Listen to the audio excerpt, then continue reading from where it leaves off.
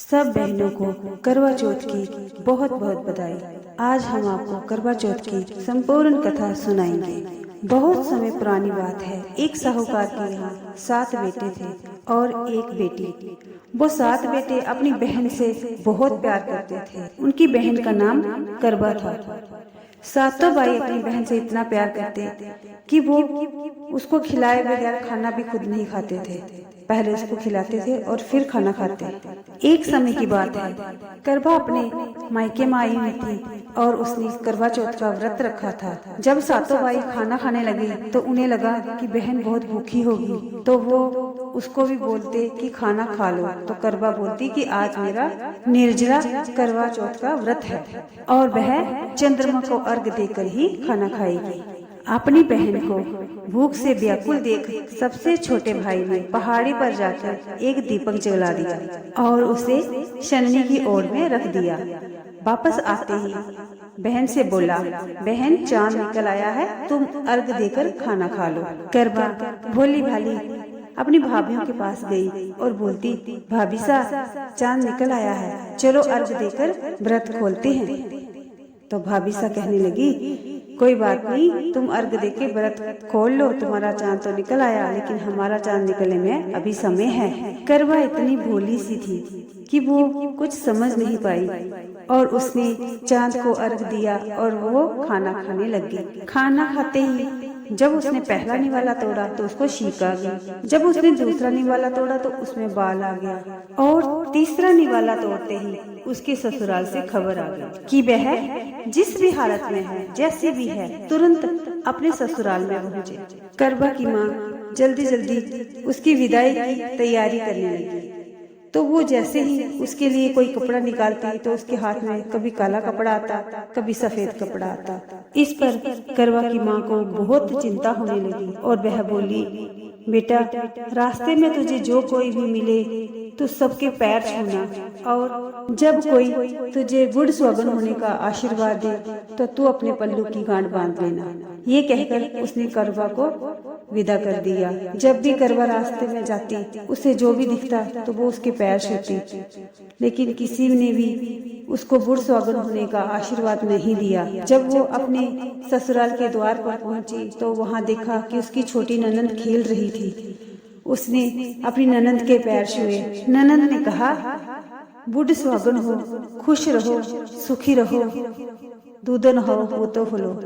ननंद का ये आशीर्वाद सुनते ही करवा ने अपने पल्लू की गांठ बांध ली और करवा वहां से अंदर चली गई। करवा ने जैसे ही अंदर प्रवेश किया तो उसने देखा कि उसके पति का शव नीचे रखा हुआ है और सभी उसको ले जाने की तैयारी में लगे हुए हैं। ये देखते ही करवा रोने लगी और कहने लगी, मेरे पति को कहीं मत ले जाओ। तो सभी कहने लगे कि ये पागल है। उसकी बात किसी ने नहीं मानी। जब उसकी बात किसी ने नहीं मानी तो कहने लगी कि मेरे को भी इनके साथ जाना है। तो सभी बोले कि कोई बात नहीं, इसको साथ ले जाते हैं, वहां से वापस आ जाएगी। जब वो उसके पति का शव जलाने लगे तो वो बोली, मेरे पति का शव मत जलाओ, ये शव मुझे दे दो। तो सभी उसको बोलने लगे, क्यों उसकी मिट्टी खराब करती है, पति को तो खा गई, उसके शव को तो जलाने दे। लेकिन उसने किसी की नहीं सुनी।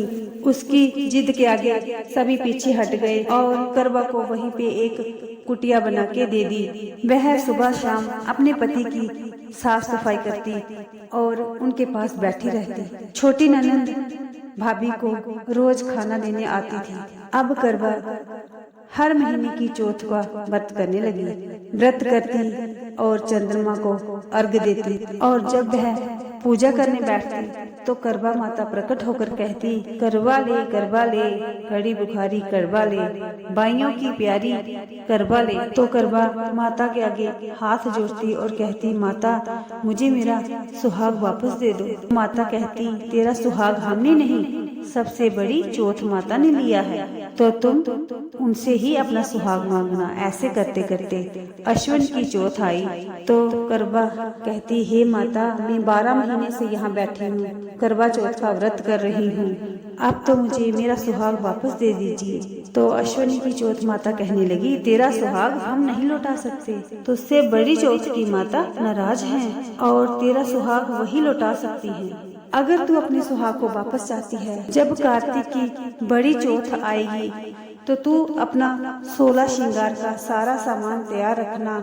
और जब माता आएंगी तो उनके पैर पकड़ लेना और माता से अपना सुहाग मांगना। जब अश्विनी की बड़ी चौथ आई तो करवा ने अपनी ननंद से सारा 16 श्रृंगार का सामान मंगा लिया। तो ननंद ने जब घर में जाके माँ से बात की तो माँ बोलती वह तो पागल हो गई है, जैसा कहती है वैसा करो, जाओ दे के आओ। छोटी ननंद ने सारा 16 श्रृंगार का सामान लेकर भाभी को दे दिया। अब करवा चौथ का व्रत करती है, और जब जैसे ही जोत जगाती है तो करवा माता उसके सामने प्रकट हो जाती है और माता कहती हैं, करबोले घनी बुखारी, करबोले भाइयों की प्यारी, करबोले दिन में चांद उगाने वाली, करबोले। तब करवा ने माता के पैर पकड़ लिए और बोली, माता मुझे मेरा सुहाग वापस दे दो। ये सुनकर माता बोली, अरे तू तो भाइयों की प्यारी है और तुझे बहुत भूख भी लगती है, तुझे सुहाग का क्या काम। ये सुनकर करवा बोली, नहीं माता, मुझसे बहुत बड़ा पाप हो गया है, मुझे मेरा सुहाग वापस लौटा दो। करवा बोलने लगी, माता मैं आपके पैर तब तक नहीं छोड़ूंगी जब तक आप मेरा सुहाग नहीं लौटा देती। ये सुनकर माता ने करवा से एक एक करके सारा सुहाग का सामान मांगा। करवा एक एक कर माता को सारा सुहाग का सामान देने लगी। माता ने बोला, करवा ये सारी विधि तुझे कोई समझा कर गया है। करवा बोली, माता मुझे तो सब हालात ने समझा दिया है, अब आप बस मेरा सुहाग वापस लौटा दीजिए। तब चौथ माता ने अपनी आंखों से काजल निकाला, उंगलियों से मेहंदी निकाली और मांग से सिंदूर निकालकर उसे करबे में घोल दिया और उस जल से उसके पति को छींटा लगाया। छींटा लगाते ही उसका पति जीवित हो गया। जाते जाते चौथ माता ने करवा की झोंपड़ी को लात मारी और उसकी झोंपड़ी महल में बदल गई। करवा के यहाँ सब सुख और आनंद हो गया, झोंपड़ी महल बन गई, पति जिंदा हो गया। शाम को करवा की ननंद अपनी भाभी को खाना देने आई तो उसने देखा वहाँ झोंपड़ी की जगह महल था। तो उसकी नजर करवा पर पड़ी और उसने देखा कि करवा बहुत खुश थी। छोटी ननंद को आता देख करवा दौड़ी दौड़ी अपनी ननंद के पास गई और कहने लगी, भाई साहब देखिए आपका भाई जीवित हो गया, अब आप घर जाओ और माताजी से कहो कि आप गाजे वाजे के साथ हमें लेने आओ। तो करवा की छोटी ननंद ने जब अपने भाई को जीवित देखा तो वो खुशी से फूली ना समाई और भागी भागी माँ के पास गई और कहने लगी, माँ भाई जीवित है, माँ भाई जीवित है। तो माँ कहने लगी, पहले तो तेरी भाभी पागल थी, अब तू भी पागल हो गई है। नहीं नहीं माँ, भाई जीवित है और भाभी ईसा ने कहा है कि आप गाजे बाजे के साथ उन्हें लेने चलो। अब माँ भी खुश हो गई और गाजे बाजे के साथ बहू और बेटे को लेने चल पड़ी। जब बहू ने सास को आते देखा तो वो खुशी से अपनी सास के पैर छूने लगी और कहने लगी, माताजी आपका पुत्र जीवित हो गया है।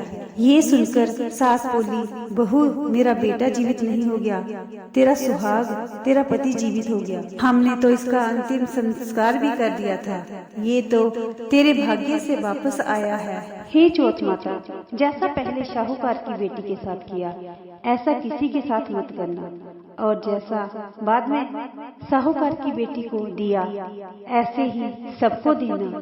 चौथ माता सबके सुहाग की रक्षा करना, जैसे करवा को बुढ़ सुहागन होने का आशीर्वाद दिया ऐसे ही सबकी मांग भरी रखना।